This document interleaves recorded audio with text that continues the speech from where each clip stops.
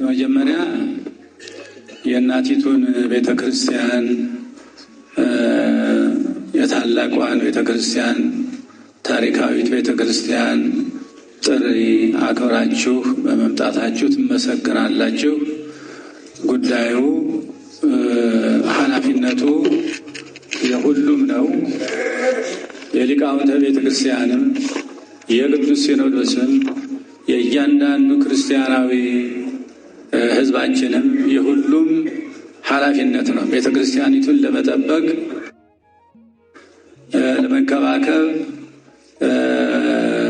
ሁሉም ኃላፊነት አለበት እንደየአቅሙ እንደየችሎታው። እንግዲህ ሊቃውንተ ቤተክርስቲያን ለቤተክርስቲያኒቱ ዋና ጠባቂዎች፣ ተንከባካቢዎች፣ ለቤተክርስቲያኒቱ አምዳ ወድዳ ሆናችሁ የምትጠብቁ ሊቃውንተ ቤተክርስቲያን ናችሁ። እንግዲህ ሊቃውንት የጎደለውን በመሙላት የተጣመመውን በማቅናት ሲኖዶስ ደግሞ ቅዱስ ሲኖዶስ ደግሞ ይህንን ተቀብሎ የማጽደቅ የመመርመር እና ተገቢውን ውሳኔ የመስጠት ኃላፊነት አለብን። ሁላችንም ኃላፊነት አለብን። እንደዚሁ ቤተክርስቲያኒቱን ካልጠበቅናት ማንም ሊጠብቅልን የሚችል ሰው የለም። በተለይ በዘመናችን ያለው ሁኔታ ሁላችንም እያየነው ነው። ሁሉም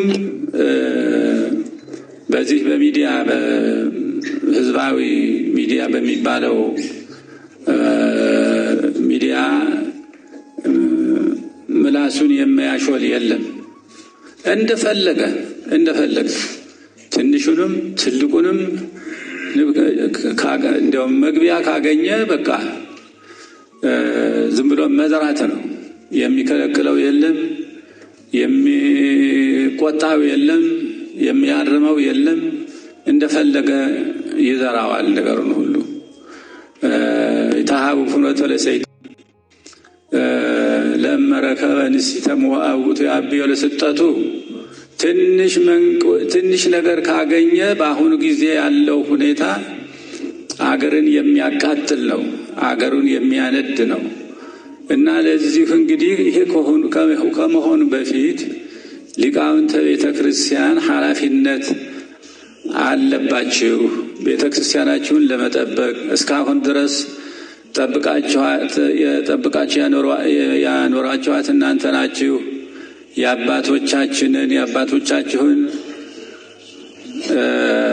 ፈለግ ተከትላችሁ ቤተክርስቲያኒቱን ለመጠበቅ ወጣቶቹን ተከታዮቹን በማስተማር በተለይ የገጠሪቱ ቤተክርስቲያን ተከታይ የቤተክርስቲያን ተቀባዮቹን በማሰልጠን በማስተማር በማሰልጠን የምትሰሩት ስራ በእውነቱ በጣም ትልቅ ነው። በጣም ትልቅ ነው። እስካሁን ድረስ ያለችው ቤተክርስቲያን በገጠር ቤተክርስቲያን ሊቃውንት ነው ቤተክርስቲያኒቱ ተጠብቃ ያለችው። አሁንም ቢሆን በበለጠ አንደኛ ወጣቱን መንገዱን እንዳይሳሳት አቅጣጫውን እንዳይስት ካሁኑ መጠበቅ ያስፈልጋል። በጣም መጠበቅ ያስፈልጋል። አቅጣጫውን ስቶ ከቤተክርስቲያን ሰልጥኖ እንደገና ደግሞ እዛ ሄዶ ወደ ቀኝ ወደ ግራ እያለ ችግር የሚፈጥረው ሁሉ መጠበቅ አለብን ሁላችንም በእውነቱ። እና የቤተክርስቲያኒቱን ህልውና፣ ልዕልና፣ ቅድስና፣ ክብር የመጠበቅ ኃላፊነት የሊቃውንተ ቤተክርስቲያን ነው። ቅድሚያ የሚሰጠው ለሊቃውንተ ቤተክርስቲያን ነው ቅድሚያ የሚሰጠው። ከዛ ደግሞ ቅዱስ ሲኖዶስ በእናንተ በኩል ተጠንቶ የቀረበውን ተጣርቶ የቀረበውን የማጽደቅ ኃላፊነት አለበት። ስለዚህም አሁን ይህን ጉባኤ እዚህ በእውነቱ የመጀመሪያ ጊዜ ነው እንግዲህ እንደዚህ አይነቱ ጉባኤ ሲሰበሰብ እንደሚመስል ይህን እንደዚህ አይነት ከፍተኛ የሆነ የሊቃውንት ጉባኤ የተሰበሰበበት ጊዜ አላስታውስም። ምክንያቱም በከፊል ካልሆነ በቀር እንደዚሁ በርከት ያለ የሊቃውንት ጉባኤ ዛሬ ነው የምናየው እና ይህን ጉዳይ እንግዲህ የቤተ ክርስቲያን ጥበቃ፣ የሃይማኖት ጥበቃ፣ የሃይማኖት ጽናት፣ የቤተ ክርስቲያናችን ስፋት፣ ዶግማና ቀኖና መጠበቅ ይህ ሁሉ የኛው ነው። ማንም ሊቆምልን አይችልም በእውነቱ። ስለዚህ ሁሉ ችላ አንበለው። ነገሩን ሁሉ ቸልተኝነት አገር ያጠፋል።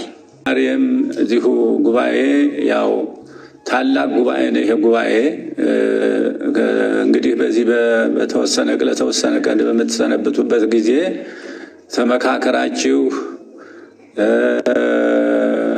አቅጣጫ የሚያስፈልገው ነገር ካለ አቅጣጫ ማመልከት ነው። የሚታረሙም ካሉ ልንነጋገርባቸው የሚገቡ ጉዳዮችም ካሉ ለቤተ ክርስቲያናችን ሕልውና፣ ለቤተ ክርስቲያናችን ጤንነት፣ ለቤተ ክርስቲያናችን ልዕልናና ቅድስና፣ ክብር፣ ታሪክ ይሄ ሁሉ መጠበቅ እንዳለበት የሁላችንም ኃላፊነት ነው። እንግዲህ የሆነ ጉዳይ ስላለብኝ ከዚህ በላይ መሄድ የለብኝም እና እግዚአብሔር ስለመጣችሁ እግዚአብሔር ይባርካችሁ። ሁላችሁንም እግዚአብሔር ይባርካችሁ፣ እግዚአብሔር ይቀድሳችሁ፣ ምክሩን ጥበቡን ይግለጽላችሁ። አምላካችን እግዚአብሔር ይስጥልኝ።